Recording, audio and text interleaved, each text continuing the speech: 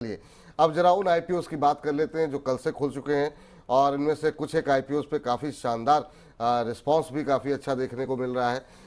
शौर्य, अगला आईपीओ कौन सा होगा? जी, अगला आईपीओ कर लेते हैं विशाल मेगा मार्ट।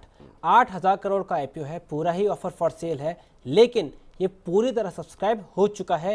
रेगुलर सब्सक्रिप्शन भी रिटेल की बात करें तो 89% सब्सक्राइब हो गया है। ग्रे मार्केट में कंपनी को 27% के आसपास का प्रीमियम मिल रहा है।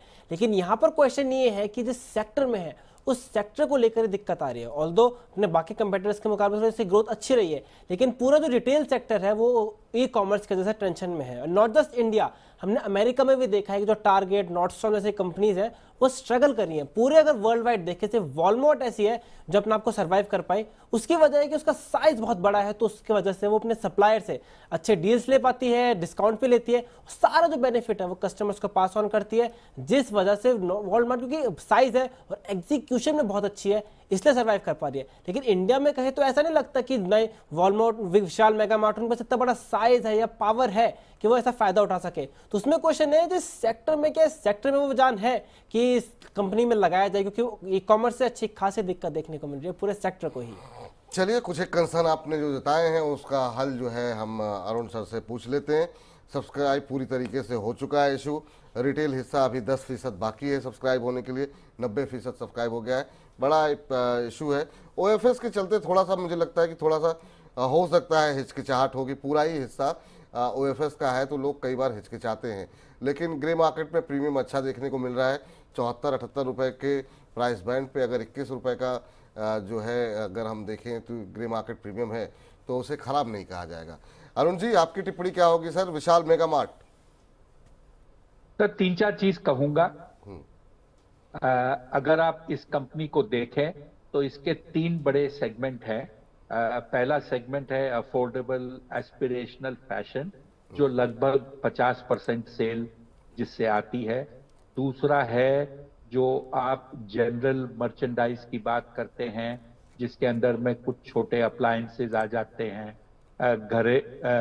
गृहस्थी के जो सामान होते हैं, इक्विपमेंट बोलिए और चीज बोलिए, वो आ जाते हैं। और तीसरा है जो ग्रोसरी होते हैं, चाहे उसमें नाश्ता आ जाए, बिस्किट आ जाए, सॉफ्ट ड्रिंक्स आ जाता है, ये सब खाने पीने की चीज, आपके आटा, दाल, चीनी, ये सब चीजें उसमें शामिल है। ये दोनों सेगमेंट लगभग 25-25% की है। कंपनी के करीब 650 दुकान है और इसका टर्नओवर 8,900 करोड़ है।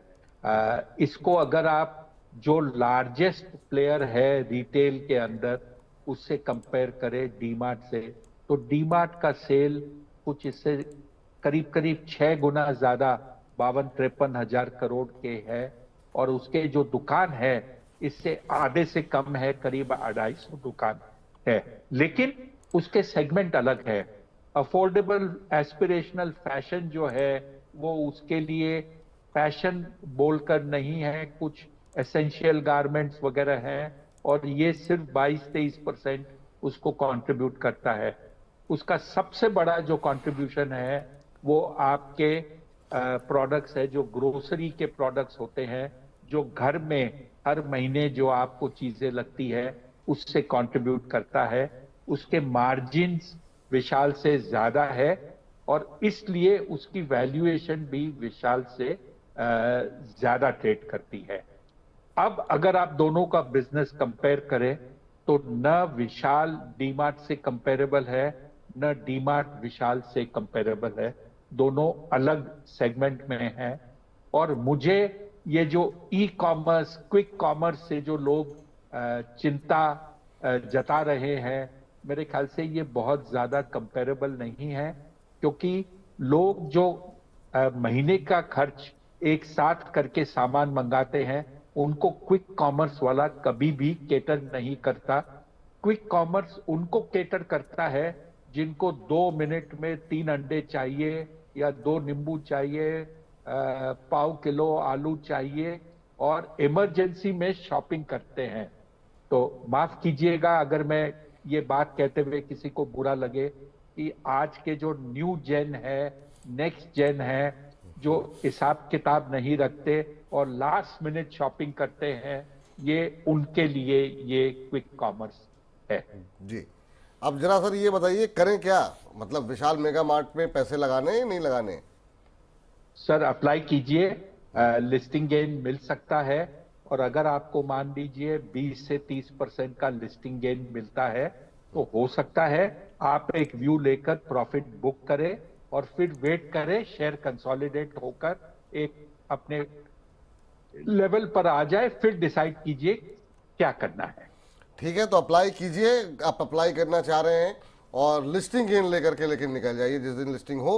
अगर 20-25% का रिटर्न आपको मिल रहा है, 20-30% का, तो एग्जिट कर लीजिए लिस्टिंग वाले दिन ही। ये सलाह आपके लिए है, बाद में देखा जाएगा क्या करना है क्या नहीं करना है। चलिए अगली आईपीओ